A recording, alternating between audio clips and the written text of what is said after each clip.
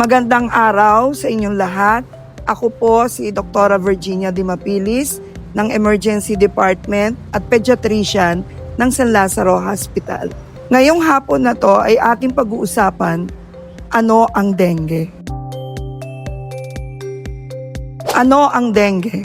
Ang dengue ay isang sakit na mula sa kagat ng lamok na ang pangalan ay Aedes aegypti, na tinatawag din natin itong Egyptian mosquito. Ano-ano po ang mga sintomas nito? Bigla ang pagtaas ng lagnat na umaabot ng 40 degrees centigrade or 104 degrees Fahrenheit.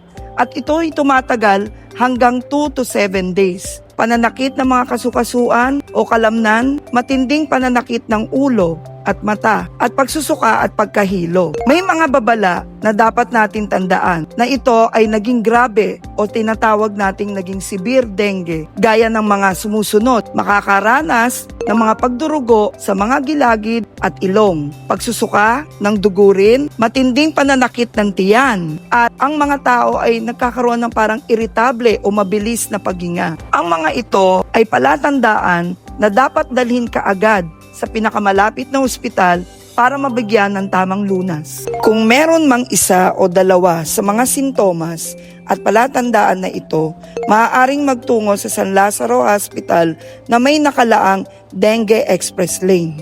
Walang specific o particular na gamot para sa dengue. Kung may lagnat, bigyan ng paracetamol upang bumaba ang lagnat. Sapat na pag-inom ng tubig, magpahinga, maagang konsultasyon kung nararapat para sa agarang lunas. At kung kinakailangan dalhin sa ospital ang mga pasyente, lalo na't kung ito ay may delikadong mga senyales gaya po ng mga nabanggit.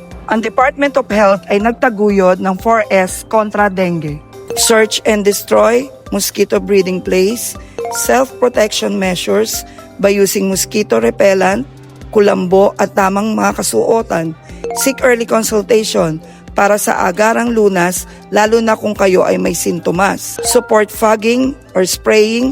Say yes to fogging as the last resort when there is spreading outbreak. Ang dengue ay may iwasan sa pamamagitan ng pagtanggal sa mga stagnant na tubig na nasa loob ng mga sirang gulong, paso, bote at iba pa. Gumamit ng kulambo at insect repellent. Magsuot ng mahabang manggas na damit at pantalon, lalo na sa ganap na ikawalo ng umaga at ikalima ng hapon. Panatiling malinis ang ating kapaligiran. Kaya laging tandaan, ang dengue ay seryosong sakit, ngunit ito ay kayang iwasan sa pamamagitan ng disiplina, kaalaman, at sama-samang pagkilos at pagtutulungan. Muli, ako po si Virginia D. Mapilis na nagbibigay ng kaalamang pangkalusugan para sa SLH Health Bites.